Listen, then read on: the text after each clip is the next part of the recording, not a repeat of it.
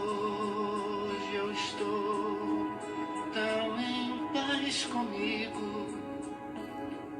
Parece até que não faz sentido. Oi, Isa. O que eu tenho Murabi, chorado, Júnior.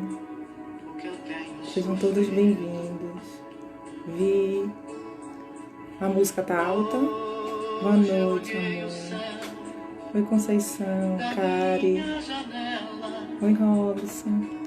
Vi no meu coração a presença tão bela, sorrindo. Nosso convidado vai agora compartilhar a tela comigo. Vem, Oi, Robson, seja Oi. bem-vindo. Olá, Nós boa noite a costumamos iniciar o todos. grupo aqui com a música. Boa noite, Ti. não perca essa fé que você Tá sem áudio? Tá ouvindo, Robson? Estou ouvindo, você me ouve? Isso. da vida tem certos passos. Boa noite, Zinda, minha mãe. Tem a paz que eu tô e sentir. Não consegue ouvir a gente. O que será? Boa noite, boa noite, boa noite. Que aceita Ah, tem algumas pessoas que não estão conseguindo ouvir a gente e outras estão. É, e a graça que eu então pode peço. ser uma questão particular. É. Boa noite. Quem sou eu? Oi, tia Silvia. Lu, boa noite. Amiga. Sua matéria Boa noite, senhor Robson. Foi ótimo.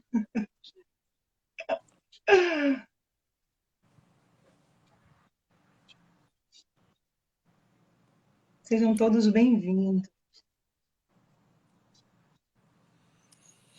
Ih, Vani, sua filha, sua netinha chegou.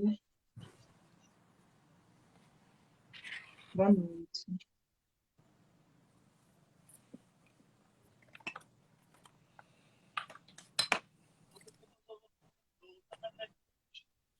Às 7h05, Robson, nós iniciamos com a prece. Fazemos uma vibração dos nomes que previamente são trazidos. E aí nós podemos começar, tá bom?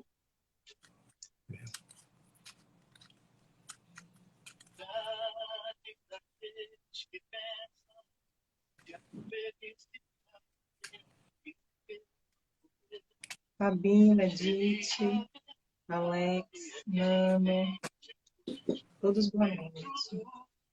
Ângela.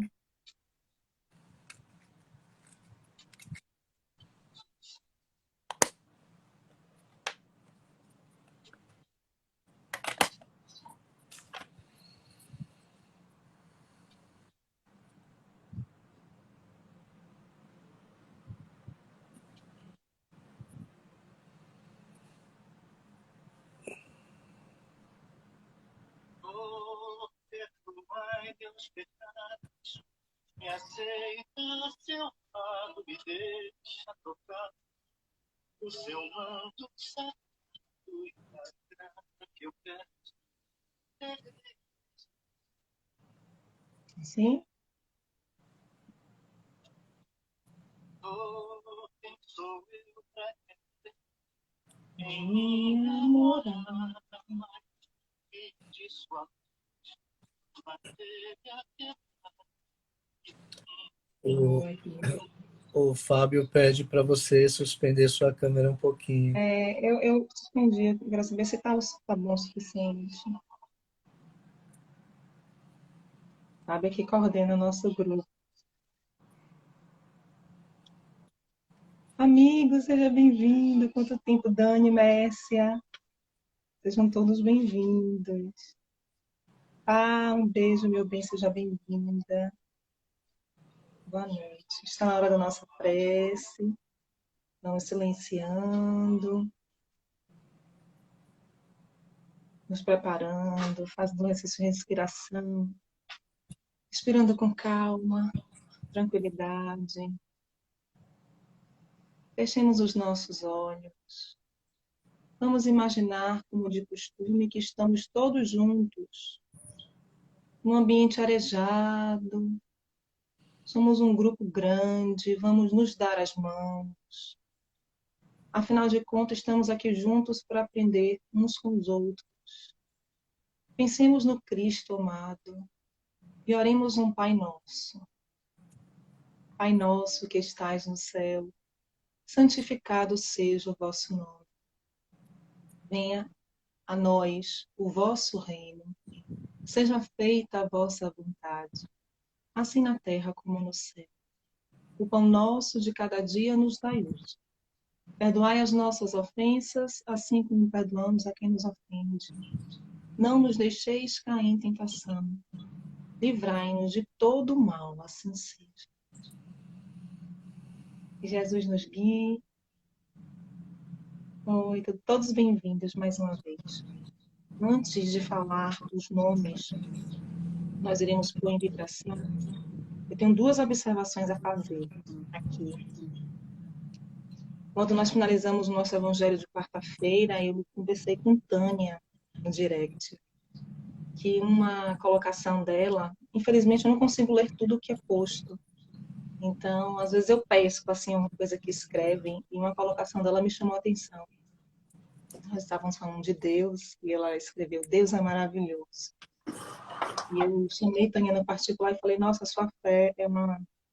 Surpreende, porque nos momentos de dor, quando a gente diz Deus é maravilhoso, e nós, alguns integrantes do grupo sabem, porque Tânia já nos trouxe, que o filho dela desencarnou há 5 meses. Então, ela sente uma dor que o Dr. Bezerra chama de dor inominável.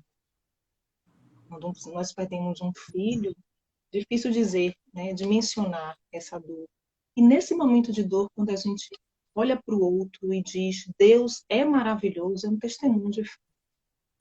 E eu quero agradecer, porque nós estamos aqui aprendendo juntos. E cada coisa que vocês trazem soma, né, a cada um de nós, em cada coração. Quero também pontuar, não sei se estão presentes hoje, mas fazem parte do nosso grupo, meu amigo Guto e Aninha, que também deram um testemunho de fé esse final de semana, quando o meu tio Gusto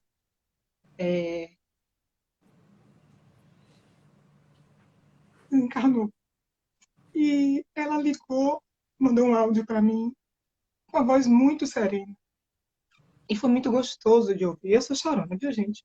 Então todo mundo aqui já me conhece. E foi gostoso de ouvi-la com aquela voz serena, dizendo: meu pai seguiu em paz e foi encontrar com Deus. E é para isso que nós estamos aqui. Para aprender a lidar com as nossas emoções, para fortalecer a nossa fé, para aprender aos poucos acerca do que nós somos. Estamos convidando o Robson a fazer parte desse grupo. Espero que esse encontro ocorra diversas vezes, se possível, para que ele compartilhe com nós o conhecimento que ele tem a esse respeito. Então, eu quis começar falando sobre fé, porque esses corações me ensinaram, e me ensinam, como muitos outros me ensinam, que é no momento de dor, de angústia, de aflição, em que a gente prova a nossa fé. A gente diz: olha, eu confio, está doendo em mim, não é fácil sentir isso, mas eu sei que Deus é maravilhoso, eu sei que existe a vida após a morte, eu sei que esse coração que eu amo está seguindo uma direção de evolução e crescimento. Então, eu preciso pontuar essas duas experiências aqui. Os nomes que nós iremos vibrar hoje: Maria Conceição Rosário Santos Caldas, Dona Floricéia Martins da Hora, que é já integrante do nosso grupo, Ione Maria da Hora Santana, Lorena Cristina de Souza Brito, Valentina Ferreira Santos Boana, Jorge Luiz Andrade Bastos, Márcio Almeida Maia, que está no HGE, Lucas Valente, e damos as boas-vindas a Maria Alice Valente Souza, que nasceu agora há pouquinho, linda e cheia de saúde, graças a Deus. Nossas vibrações de amor, equilíbrio e paz, onde quer que esses corações estejam, para Carlos Augusto Sampaio Rocha, José Raimundo de Oliveira Filho, José Augusto Tui de Brito Oliveira Júnior, João Martins. Aproveitando, eu tenho que falar de Fábio, hoje, senão eu preciso falar de Fábio. Fábio é um pescador de corações, Robson. Ele pensou nesse projeto, ele sentiu esse projeto, e o projeto não teria alcançado a proporção que alcançou, sem que ele fosse pescar, um servidor do Cristo assim, integral, a família toda faz parte do trabalho, os amigos colaram com ele, e ele me impulsiona, me empurra, me puxa a orelha, e está o tempo inteiro envolvido nesse trabalho. Então eu preciso agradecer, porque eu não estaria recebendo seu coração, que é tão querido, todo mundo aqui é declaradamente querido, se eu não tivesse com o Fábio do meu lado, colando junto, viu? Então eu preciso dizer que esse trabalho é fruto dele, do trabalho dele. Para iniciar, o nosso capítulo de hoje é Conhecer e Mudar, do livro que costumamos estudar, Alguém Me Tocou. Então, quem tiver o livro em mãos, quem quiser acompanhar os nossos estudos, o capítulo é Conhecer e Mudar, capítulo 26. Fiquem à vontade para poder abrir. Esse capítulo inicia com um trecho que está na Bíblia Sagrada, em 2 Coríntios, capítulo 4, versículo 17. Eu vou fazer a leitura do 14 ao 17, como de costume. Então, quem tiver em mãos a Bíblia Sagrada, por gentileza, abram-se para acompanhar. Se não tiver em mãos agora, já sabem. Oi, Jaque, seja bem-vinda, meu amor. Já sabem onde está, então, por favor, visitem. Nós fazemos uma campanha aqui, Robson. Visitem o Novo Testamento, visitem a Bíblia Sagrada, façam as suas leituras, as suas interpretações, agreguem os seus conhecimentos, compartilhem conosco. Eu tive a oportunidade de falar com você que o nosso grupo é aberto para os corações que desejam conhecer o Evangelho de Jesus, né? Aninha, seja bem-vinda, meu bem. O amor de Cristo nos impele, considerando que um só morreu por todos e, portanto, todos morreram. De fato, Cristo morreu por todos, para que os que vivem já não vivam para si mesmos, mas para aquele que por eles morreu e ressuscitou. Assim, doravante, não conhecemos ninguém à maneira humana. E se outrora conhecemos Cristo à maneira humana, agora já não o conhecemos assim. Portanto, se alguém está em Cristo, é criatura nova. O que era antigo passou agora, o que era antigo passou. Agora tudo é novo. Desse trecho da Bíblia Sagrada, o autor José Carlos de Luca traz a frase: quando está unido com Cristo, é uma nova pessoa. Acabou o que era velho e já chegou o que é novo. Eu quero que o nosso amado Robson venha trazendo o seu olhar acerca dessa mensagem. Fique à vontade. Pois é, Rafa, não sem antes pedir ao Divino Mestre que nos acolha, nos ampare e que nos autorize a falar em seu nome, né? Já que não seríamos dignos sequer de olhar para ele, mas que ele nos mostre as palavras que precisam ser ditas para que os seus propósitos se cumpram. Eu preciso também, já que é um grupo de estudos, fazer uns pequenos preâmbulos aqui.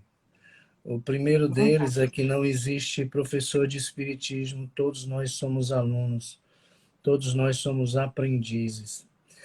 O segundo é que não estamos aqui de modo algum querendo levar alguma verdade, porquanto a verdade é sempre a nossa melhor hipótese no momento em que fechamos o último livro que estudamos ou que lemos, né? O terceiro ponto é que a gente precisa pensar diferente, porque eu não concordo muito com a ideia de que adquirimos conhecimento. Eu acho que seria muita petulância, né?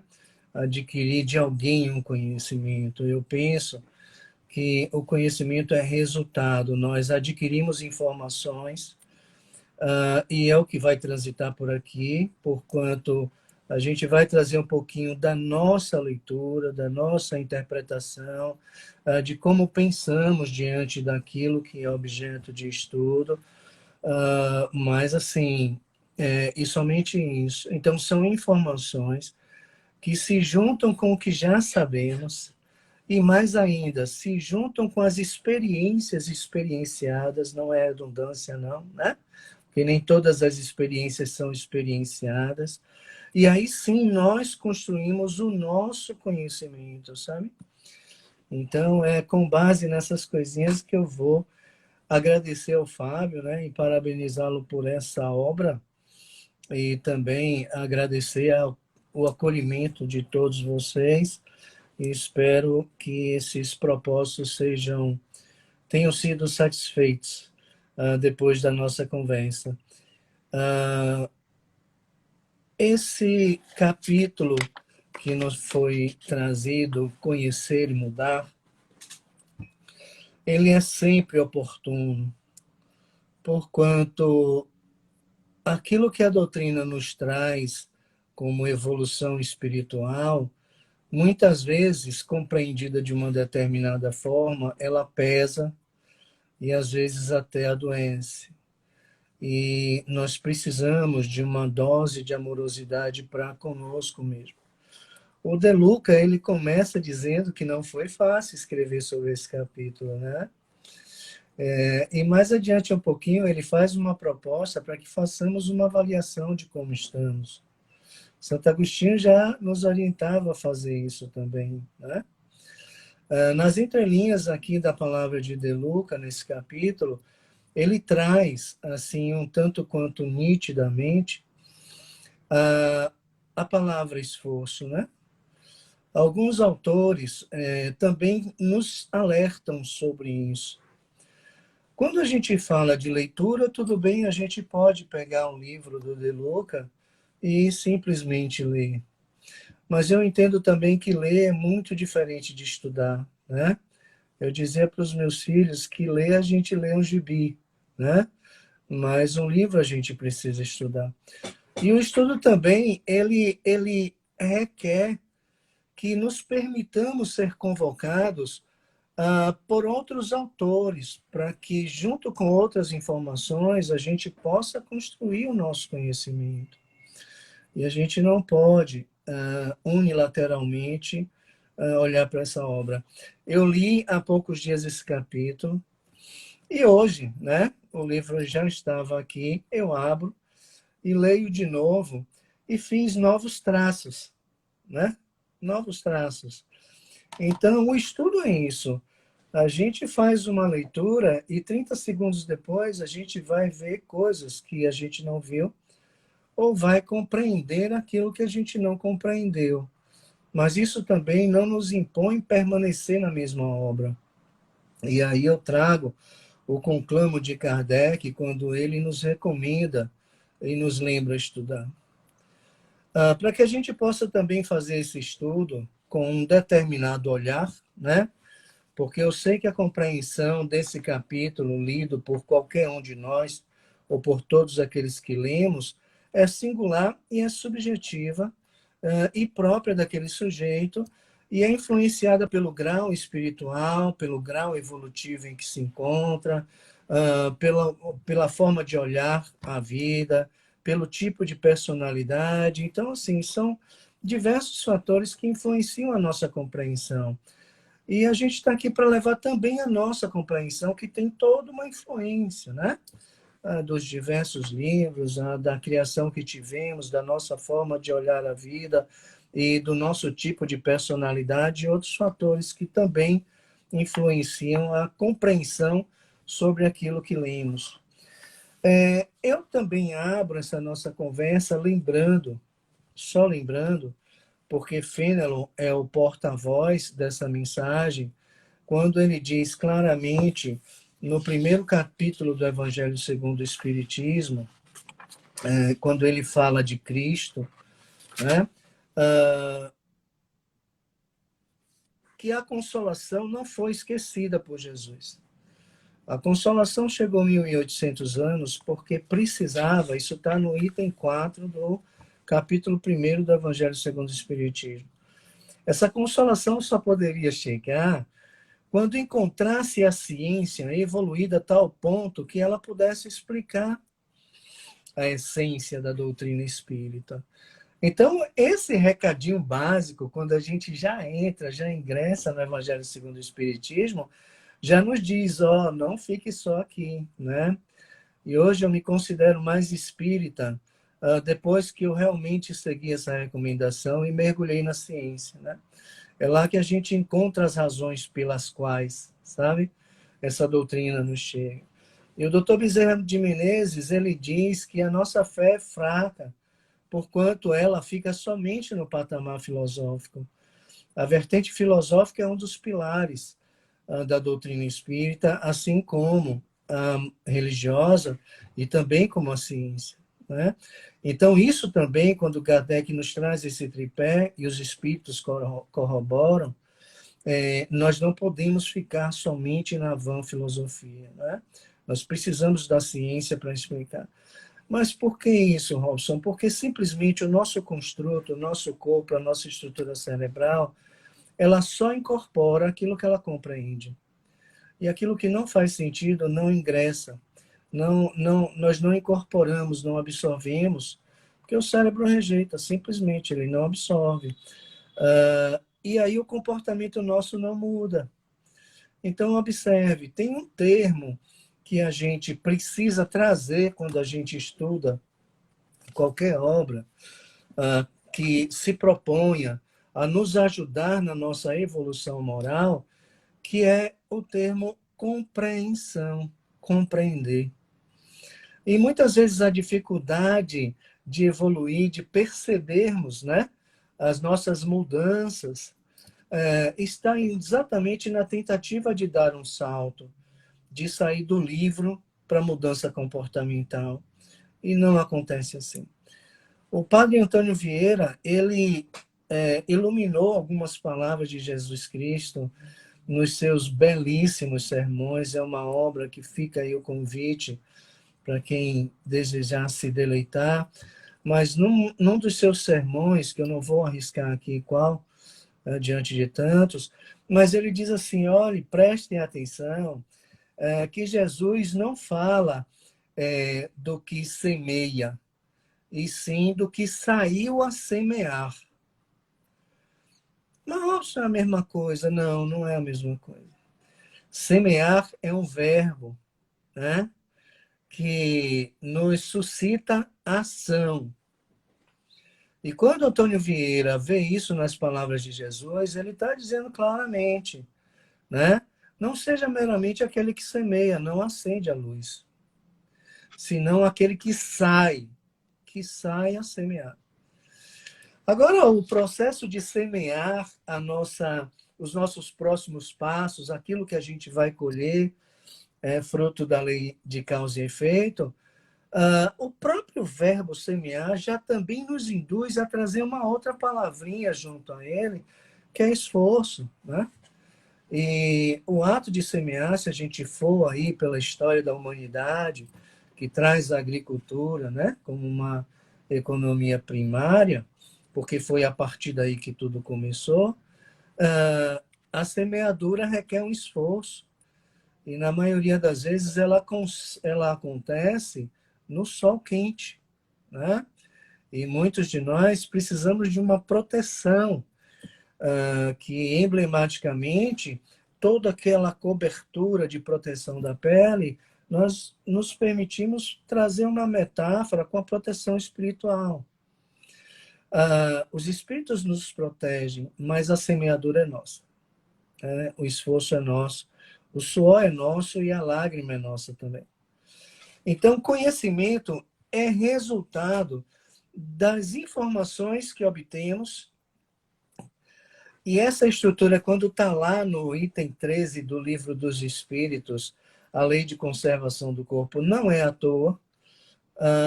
E também não é à toa a razão pela qual nós encarnamos e precisamos desse corpo.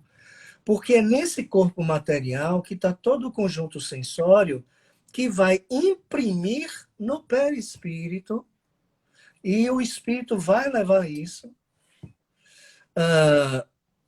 das experiências que nós vivemos junto com as coisas que nós aprendemos. Eu gostaria de me fazer entender. Então, assim, é preciso que tenhamos um balizador moral que é a codificação. Lê do engano de nós espíritas quando dizemos que o evangelho é dos protestantes, é do católico, né? A Bíblia é dos protestantes, é dos católicos, mas a Bíblia dos espíritas é o evangelho segundo o espiritismo. Os espíritos do alto trouxeram ali somente o que suscitava dúvidas, somente aquelas passagens metafóricas usadas por Jesus. Quando Jesus fala do amor, quando Jesus é claro, os espíritos não trouxeram. Então, está lá no Evangelho que a gente precisa ir lá, beber da fonte. E o Evangelho são os 4 primeiros livros da Bíblia, né? Marcos, Mateus, Lucas e João. Esses são os evangelistas. E ali estão as palavras de Jesus, que nos ensina também com seu silêncio, com as suas passagens. Mas a gente precisa ir também para Amélia Rodrigues, que foi convidada por Joana de Ângeles, e ela nos traz os bastidores da vida de Jesus, né? Ensinamentos complementares, comportamentos e situações que também nos ensinam.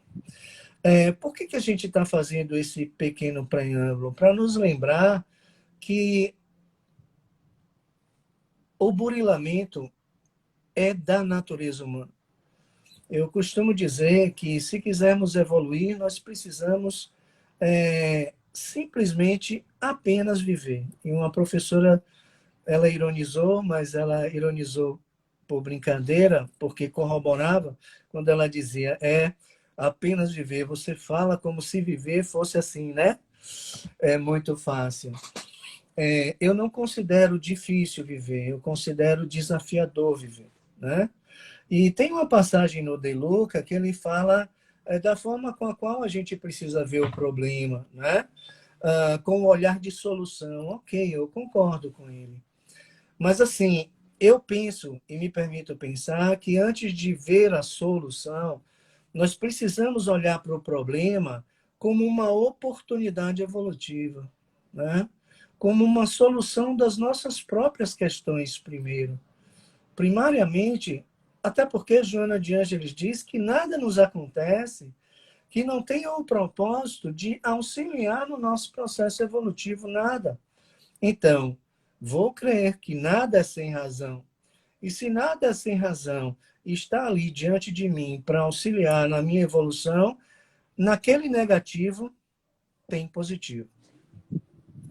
E é com essa positividade não filosófica, né? Mas é com a positividade cristã, é uma positividade realista. Porque Jesus, ele não veio aqui para contar história. Ele não veio ser personagem de uma história. Ele não derramou seu sangue somente para perdurar, né?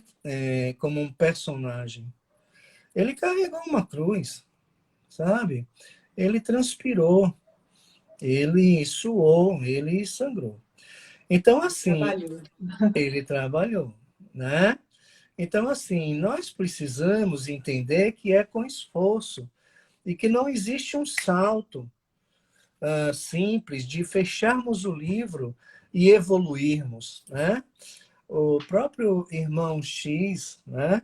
O irmão Jacó, ele dizia que quando ele desencarnou, os espíritos com quem ele conversava na Terra, porque ele era doutrinador, ele era dirigente espírita, fez diversas caridades, inclusive deu o prédio da Casa dos Artistas, os espíritos receberam ele e perguntaram, cadê sua luz?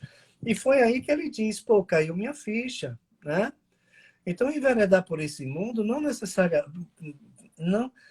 necessariamente produz luz. A luz, ela só acontece quando acontece o que nós chamamos, por empréstimo da física, resistência, né?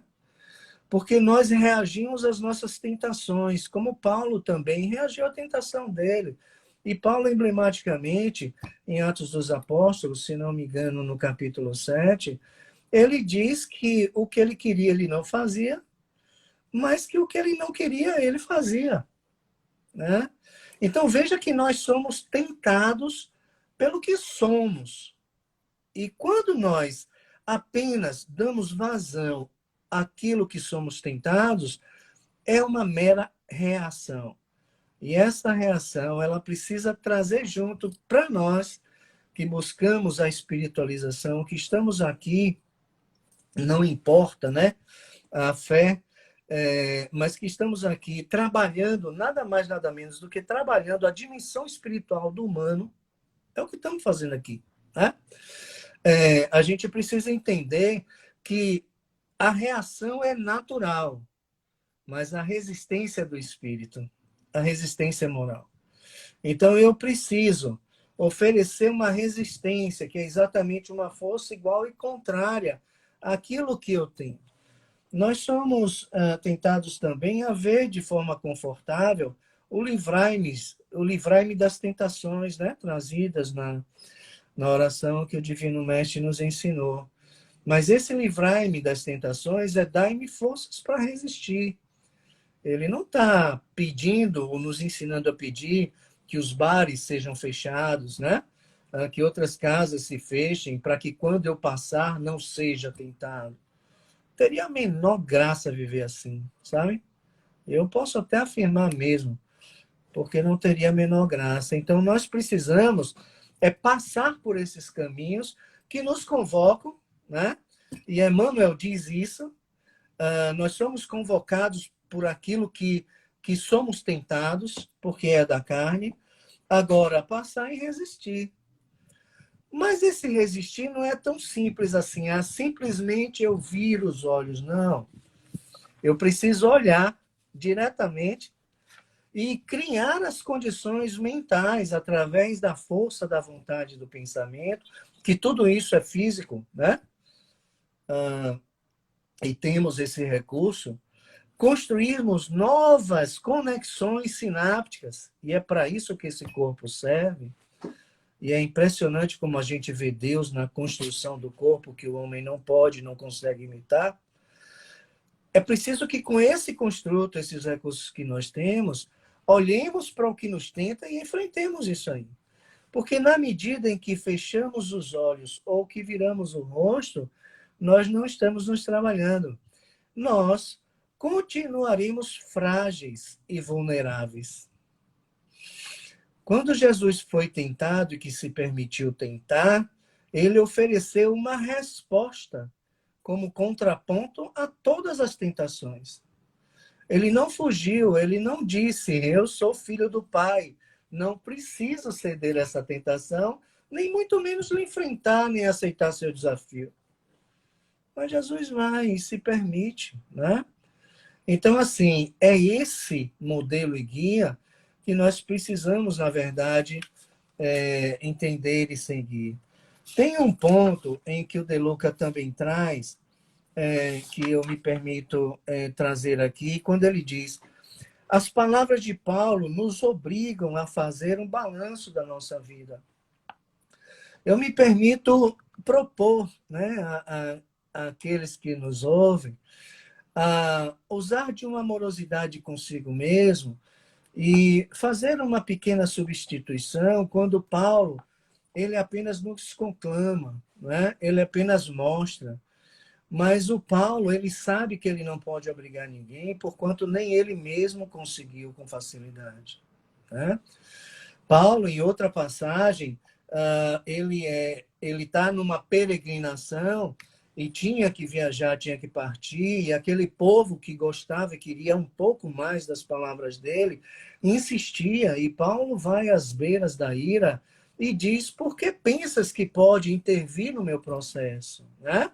Eu tenho uma missão, eu tenho alguma coisa a ser feita, percebe? E ele sabia que aquele pedido daquele povo era por amorosidade, era para beber um pouco mais, era para explorar um pouco mais aquela luz que, por um acaso, ou por obra divina, chegou naquela localidade. Mas ele diz, não, eu tenho que seguir. Se é de vocês esse pouco, fiquem com um pouco e transformem no muito. Agora é com vocês. Né? Então, o Paulo, se fosse para obrigar, ele dizia, bom, já que eles estão obrigados, eu tenho a minha parte a fazer. Mas esse termo eu acho que nos pesa, não é nenhuma crítica. Com muito respeito ao De Luca, que tem uma história fascinante, e a primeira coisa que a gente precisa fazer com o livro é ver quem escreve e saber um pouquinho sobre ele, né? Ele tem obras que, meu Deus, eu jamais talvez me dispusesse a fazer, né? Se não aquele pouquinho que eu consigo e até mesmo por razões evolutivas me disponho. Ele tem uma obra maravilhosa, mas a gente precisa trazer palavras que mostrem quem verdadeiramente nós somos. Ele traz uma passagem também, quando ele diz assim, a nossa vida precisa ir mudando. Olha só, a nossa vida precisa ir mudando. E a gente precisa trazer o gerúndio para a nossa vida mesmo. Porque a gente vai se transformando. E essa transformação acontece quando estamos caminhando ou quando estamos vivendo. E a evolução, a transformação se dá pelas vias do gerúndio mesmo. E a gente precisa ter calma, paciência e amor, né? Primeiro com a gente mesmo, para que a gente se compreenda. Se agora eu não consigo, eu vou continuar tentando e vou conseguir, né? Algum de nós aqui pode até já ter ouvido, poxa, alguma coisa como você promete, promete, promete e não cumpre, e continua o mesmo, e continua fazendo a mesma coisa que prometeu que não ia fazer. E a gente não pode fazer essas promessas, senão aquela de que, olha, eu um dia não farei mais você chorar. Um dia, eu não sei quando, tenha paciência, eu estou me trabalhando. Eu prometo que vou continuar me trabalhando, mas eu não posso prometer que eu não vou mais fazer você chorar, né? Porque não é mágico, porque eu costumo dizer que instantâneo somente o macarrão, que eu não vou falar o nome aqui para não fazer propaganda, né? Mas instantâneo mesmo só tem macarrão, não tem evolução instantânea. Não tem transformação instantânea, né? É um processo, e todo processo como tal tem diversas tarefas. Eu vou me permitir aqui fazer uma metáfora para ficar bem claro o que é o viver. Talvez alguém que já tenha assistido alguma conversa nossa possa lembrar, e eu peço licença para contar de novo, né? Porque eu acho muito interessante. Se a gente sai assim, quando abrirem os restaurantes, a gente pode até fazer essa experiência. A gente vai assim, bonitinho, perfumado, arrumadinho, não precisa ir chique nem de grife, mas arrumadinho e cheirosinho. Entra no restaurante, escolhe uma mesa qualquer, onde alguém esteja jantando, e pede um pouco daquela comida. Certamente, a primeira resposta será um não, bem grande, né? E a gente vai para o segundo restaurante, e o segundo não virá, e no terceiro, o terceiro não, e no quarto, o quarto não. Ok. Agora a gente vai para a rua mesmo. E quando a gente enxergar alguém em situação de rua comendo alguma coisa, a gente vai ali e pede, me dá um pouco do que comer. A resposta é exatamente oposta, invariavelmente um sim. Se essa pessoa não nos der tudo que tem, ela dará no mínimo uma parte. E onde é que está a diferença? Aí eu digo assim, a diferença está na experiência. Mas onde é que a experiência entra nisso? Porque a evolução ela passa inexoravelmente pela experiência, pelo viver. Se a evolução fosse meramente teórica, a gente ficaria lá, porque André Luiz diz que tem os melhores recursos acadêmicos, as academias mais evoluídas, né? E são eles os divinos mestres que escrevem, autores das obras que a gente lê aqui embaixo. Então, se fosse teórico, eu perguntei 2 horas da manhã para eles por que eu estou aqui, né? Se vocês ficam aí escrevendo para a gente ler aqui embaixo, eu adoro estudar, se aí tiver café, eu vou para aí, né? E fico aí estudando. Mas a gente precisa viver, a gente precisa viver. E por que essa pessoa em situação de rua nos dá o que ela está comendo? Invariavelmente, pode fazer o teste. Ela dá por uma simples razão. Porque ela sabe o que é a dor da fome. Ela sabe o que é a dor da fome. Eu vou dizer de novo, ela sabe o que é a dor da fome. Não se descreve a dor da fome, é uma dor indescritível, né? Uma dor aguda a gente descreve, a gente diz aonde dói. Uma dor crônica a gente diz mais ou menos aonde dói. mas vai dizer a dor da fome, não é simplesmente no estômago. E aquela pessoa que nos dá de comer, ela não nos julga pela aparência, pela forma, pela articulação das palavras, pela expressão facial, ela dá. Se essa pessoa está me pedindo, é porque ela está com fome. Eu sei o que é fome e eu vou matar a fome dessa pessoa. Aqueles que negam é porque não passaram pela experiência da fome. Robson, você está dizendo que para fazer a caridade é preciso simplesmente passar em qualquer das reencarnações e sentir fome, passar fome? Não necessariamente. Porque também é um recurso cerebral que ele não diferencia imaginação de realidade. Então, a gente não precisa experienciar tudo, se não analisar os efeitos daquelas experiências e até mesmo das experiências que estão à nossa porta e que a gente imagina como se fosse, como seria se mergulhássemos nela, né? E é exatamente vivenciando a experiência que a gente vai ver as literaturas naquele instante, as recomendações dos mestres e dos autores dos elos doutrinários, né? Porque, assim, evolução passa pelo casamento perfeito, que é da teoria com a prática, não pode ficar só na teoria. E também a gente não pode deixar os livros por não ler e cair na prática. A gente precisa de um balizador, a gente precisa de um, de um farol moral, não é? Daí a nos comportarmos como o Divino Mestre deseja, há um imenso passo, não quero desestimular ninguém, mas há uma quantidade sucessiva de reencarnações aí pela frente, a razão pela qual a inteligência nos recomenda ter paciência com a gente mesmo, né? E a psicologia analítica, ela traz o que ela chama de metanoia, que é o caminho do meio, que a Joana de Ângeles traz na sua série psicológica como psicologia profunda e faz diversas referências ao pai da psicologia analítica. E ela diz que a gratidão, ela guarda uma coerência com as fases do desenvolvimento humano. Olha só, Joana de Ângeles, quando fala de espírito, diz que é a mesma psique, é uma instância só, e traz a figura do desenvolvimento humano. A criança, ela não é grata. Ela não tem nenhuma razão para ser grata no seu construto, no seu repertório de experiência. A gratidão, ela pode estar lá na senescência, né? Porque também não é do adolescente, muitas vezes não é do jovem, mas começa a se iluminar diante do adulto, mas na senescência. A gente passa por esse processo, a gente já está num ponto de compreender as razões de algumas coisas, de alguns acontecimentos, e percebemos que a lamentação não contribui, não agrega valor, e que aquilo que nos acontece, por pior que nos pareça, observe, pior que nos pareça, não é por pior que seja como a gente ouve, porque não é pior, né? E é pior como nos parece ser. Mas se a gente olhar com gratidão, a gente vai ver que tem muito de oportunidade evolutiva ali, né? Então, assim, a gente precisa entender essas diversas fases pelas quais nós passamos. Diga, Rafa.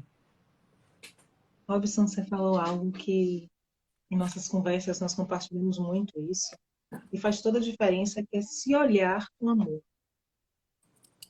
Esse olhar amoroso dentro desse processo, essa conscientização que nós não vamos salvos, essa interpretação íntima do processo natural que ocorre, esse entendimento que somos natureza, né, de tudo está interligado, que nós não somos diferentes, como você trouxe, de uma árvore que precisa, né, primeiro lá ser o terreno ser adubado, a sementinha ser jogada, tem todo um processo para virar uma árvore frutífera, uma árvore, né, fortalecida. Então, nesse processo que você traz, esse olhar amoroso para si faz uma diferença enorme. Porque as nossas leituras e compreensões a respeito do Evangelho, durante muito tempo, foram muito literais. E nós não conseguimos enxergar nesse processo. Ficava muito difícil, não era para a gente. Ou então a gente ficava num aspecto muito superficial dessa transformação. Fazíamos uma transformação externa, mas não nos mudávamos intimamente. para que isso se torne possível, essa mudança, é preciso se olhar, se conhecer e se olhar com amorosidade, compreendendo que nós vamos conquistar esse terreno aos pouquinhos, passo a passo, e que precisamos um dos outros por esse processo de caminhada. E o desafio também é compreender que o outro está nesse mesmo processo, porque nós vamos traçando metas para a gente e queremos que o outro esteja incluído nessas nossas metas. E é difícil a gente entender que o outro está no mesmo processo, não necessariamente no mesmo ponto, mas num processo parecido que o nosso. Desafiador também, processo de autoconhecimento, às vezes não no mesmo esforço, no mesmo empenho, mas também no processo individual que cabe a ele ante o momento de maturidade que o outro vive. Pontos que eu trouxe nessa leitura, que você já pontuou, que foi a transformação processual, a vontade, né, que tem que ser dirigida, tem que ter um esforço, um direcionamento, o evangelho como eixo, como você traz, o Cristo vai estar nos trazendo o evangelho como eixo, mas o nosso processo é longo, é uma caminhada ainda muito longa. O despertar da consciência é gradativo, não é verdade? E algo que eu me pergunto, eu me faço essa pergunta, e trago sempre para os meninos, né, para os integrantes do grupo, por que eu exijo do outro algo que eu não estou ainda preparada para ofertar? É algo que me desafia. Às vezes a gente quer um comportamento que nós não estamos ainda prontos para dar. Desejamos, esperamos do outro algo que nós não temos ainda nem concreto em nós, concretizado em nós. E talvez essa leitura que você traz tão preenchida, tão completa, com os recursos que você tem, nos dê essa compreensão. Olha, o outro ainda nós temos aqui um processo que é um processo espiritual, que é um processo humano, que todos caminhamos numa direção, mas cada um dentro das suas questões individuais. E quando eu começo a olhar para isso com um pouco mais de amorosidade, eu começo a me tornar um pouco mais tolerante com o outro, mas eu vejo, Robson, que é um pouquinho mais a cada dia. Que é um pouquinho mesmo a cada dia. Esse é o meu desafio. É entender que é um pouquinho mesmo, que eu penso, amanhã, hoje eu acho que não vou reagir desse jeito e me vejo fazendo isso. Então, eu me coloco hoje nesse lugar de me questionar por que estou esperando do outro algo que eu não estou tendo condições ainda de ofertar. O De Luca, ele traz umas perguntinhas, observe. Nós estamos há 2020 anos da passagem de Jesus. Nós estamos aí há uns 60 anos, né? 1860, 1900, 2000, há uns cento e tantos anos que essa codificação não chegou. E o De Luca traz aqui algumas perguntinhas que não quer calar, apesar desses 2020 anos que ecoa a palavra de Jesus em nós. Por que insiste em atirar pedras nos outros? Por que ainda deixamos o orgulho nos cegar a visão? Por que ainda nos deixamos levar pelo sentimento de vingança? Por uma razão muito simples. Aí eu vou trazer Emmanuel, porque quem é Robson, né, para dizer alguma coisa? Aí eu vou pedir licença aqui a Emmanuel para trazer ele. É ele quem está dizendo isso aqui. Os santos e heróis ainda não residem na Terra. Ele diz no texto o próximo, muito legal de ler. Somos espíritos humanos mistos de luz e sombra, amor e egoísmo, inteligência e ignorância. Ele traz aí as polaridades que somos, é por isso que nós somos ainda capazes de atirar pedra, é por isso que ainda temos o orgulho que nos cega a visão, e é por isso que a gente não é grato a quem me faz o mal. Como assim? Porque assim, aquele que passa na minha vida passa por alguma razão. Eu vou me permitir pegar o que é do momento para a gente trazer a vida como ela é para aqui, para dentro, né? Vamos nos aproximar da vida. É possível que vocês tenham visto na mídia esse motoboy que sofreu um constrangimento. Esse motoboy, ele recebeu aí em torno de 150 mil para comprar uma casa para ele e para a mãe dele, né? Ele recebeu uma moto. Ele ensinou milhões de pessoas. Ele iluminou o constrangimento, o assédio. ele iluminou a soberba, né? Então, assim, a pessoa dele, ela estava ali, não existe encontro por acaso, não existe bala perdida, não existe acaso, né? Eles dois estavam ali. Se um sinal se fecha sucessivas vezes no caminho dele, talvez aquele encontro não acontecesse. Então, não, nada é por acaso. Essas almas precisavam se encontrar e, através dessa alma, o ensinamento reverberou, ecoou por aí. Né? Então, nós somos esse. Agora, nós que trabalhamos a dimensão espiritual, nós vamos olhar para aquela pessoa soberba e julgar e condenar. Lógico que a justiça dos homens precisa fazer alguma coisa, porque a educação moral está aí também. Mas nós precisamos exercer, através dos conhecimentos que adquirimos, a capacidade de compreender e de explicar por que essas coisas acontecem. E sermos gratos ao outro, porque quando nos fazem o mal, estão nos dando a oportunidade de saber o que é que aquilo mexe em mim. Eu não mudo o outro, né? Mas eu preciso mudar através do outro. Se somos seres sociáveis, é exatamente para isso. Não tem evolução moral, não tem evolução espiritual isolados. Nós precisamos do outro. Nós precisamos de alguém que me irrite para que eu desenvolva em mim a paciência, mas para que antes eu me perceba intolerante e impaciente. Se ninguém me irritar, eu não vou saber que eu sou isso, né? Então, assim, veja que Emmanuel traz muito bem que os opostos habitam em nós, como habitava em Paulo, como habitava em Santo Agostinho, que fez Santa Mônica, perdão, chorar horrores. Horrores. Orar muito, 20 e tantos anos de prece. Entende? Então, assim, esses somos nós. O próprio Saulo teve o caminho de Damasco e mudou seu nome para tirar a âncora daquele homem velho, né? E vestir-se de um homem novo. Santo Agostinho também passou por um transe existencial muito grande, que foi o caminho de Damasco dele. São Francisco, quando saiu de casa, que o pai disse: epa, volte aqui e deixe suas vestes também, porque fui eu que lhe dei. E São Francisco age no ímpeto do orgulho e tira as roupas e diz ao pai: tome. Percebe? E ali ele também tem uma crise existencial. Os meus amigos não estão fazendo o que eu faço, estão bem no conforto dos seus lares. Por que eu preciso fazer isso? Então, não é sem esforço. E não é desconhecendo quem verdadeiramente somos. E aí que Joana de Ângeles, que não tem papas na língua, ela diz: olhe para você, veja quem verdadeiramente você é e saia dessa hipocrisia de pensar que você é aquele que eu Melhor pensava. do que... Hã? De pensar que somos melhores do que somos de fato. A minha mãe dizia, né? Chegou meu santo. E eu acreditava. Depois eu comecei a questionar. Lógico que eu não ia contradizê-la, né? Mas eu poderia dizer: mãe, não é assim também.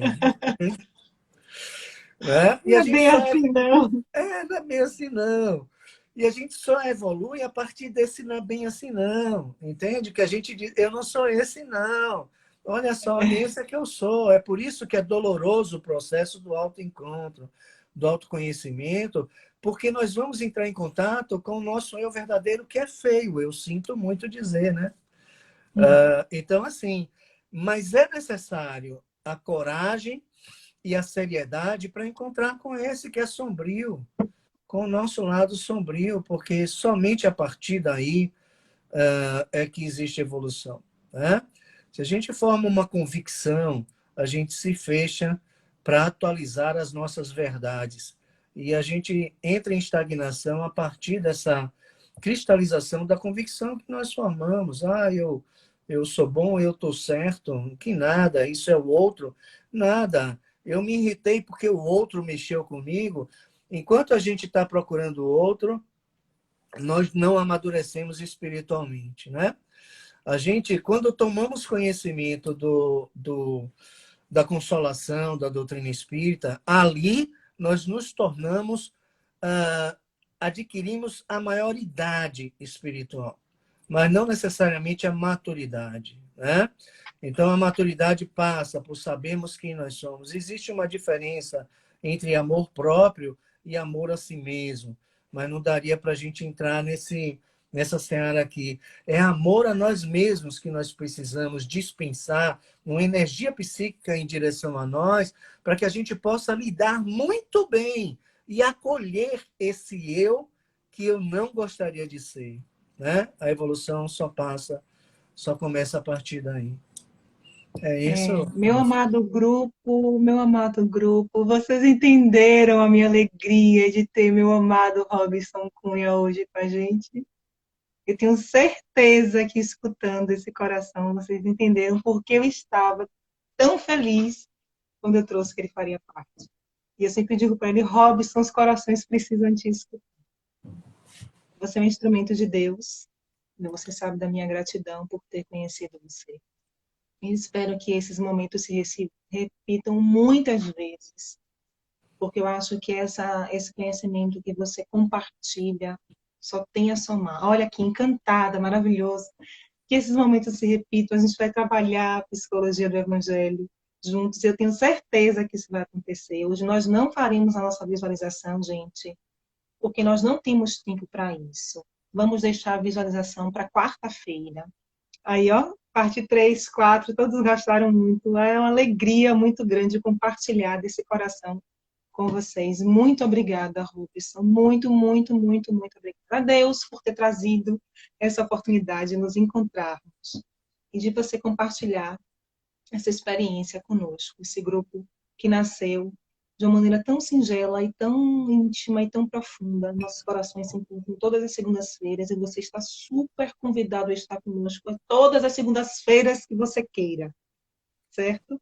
Quando o assunto é Jesus, estamos sempre prontos, né? Então, Obrigada, assim, a meu. gratidão é toda minha e você sabe disso. Um beijo no seu lindo coração, no coração de todos e um abraço na alma de cada um.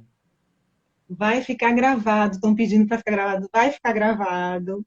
Quem não teve a oportunidade de acompanhar desde o início, vai estar posto lá no Instagram, e nós faremos sim esse convite sempre, porque é uma alegria assim, muito profunda, e talvez só eu conheça a alegria desse momento. Obrigada a todos os integrantes do nosso grupo. Nós não teremos a visualização, mas teremos uma prece, né? Uma prece de agradecimento ao nosso Mestre Jesus. Eu vou pedir para que Robson faça, por gentileza, a nossa prece. Nós temos 3 minutinhos, Robson. Por gentileza, façamos a prece todos, fechemos os olhos. E aos que desejem fechar os olhos, a gente se desconecta do mundo exterior e desloca esse olhar para o nosso íntimo, né? Que é esse o nosso propósito. E apelamos à misericórdia do Divino Mestre, porquanto estamos aqui, Senhor Jesus, nos esforçando, nos empenhando para honrar a vossa promessa quando disseste que não perderia uma ovelha do vosso rebanho, e sabemos não sermos ainda dignos de figurar desse rebanho, Senhor Jesus, mas faz com cada um de nós o que fizeste com Pedro, soerguendo-o pela mão e trazendo de volta a sua direção. Protege-nos dos perigos dos dois planos, abraça e acolhe aqueles que nós mais amamos. Derrama sobre nós e diante de nós a tua divina luz, para que saibamos com clareza os caminhos que nos levarão a ti. Que assim seja. Que assim seja. Mais uma vez, muito obrigada a todos. Eu vou falar mais uma vez os nomes das vibrações, como de costume. Amor, Equilíbrio e Paz, a Maria Conceição Rosário Santos Caldas, Dona Floriceia Martins da Hora, Ione Maria da Hora Santana, Lorena Cristina de Souza Brito, Valentina Ferreira Santos Goana, Jorge Luiz Andrade Bastos, Márcio Almeida, Maia está na HGE, Lucas Valente, boas-vindas a Maria Alice Valentina Souza, que chegou hoje, e aos desencarnados, um beijo no coração de meu amado tio Carlos Augusto Sampaio Rocha, onde quer que ele esteja. José Raimundo de Oliveira Filho, José Augusto Cruz de Brito Oliveira Júnior, João Martins. Um beijo, infelizmente vai cair a live, nós só temos 19 minutos, mais uma vez, gratidão infinita. Um beijo, um beijo, um beijo. Obrigada a todos. Jesus nos abençoe. A todos nós. Obrigada, Robson, de coração. Gratidão.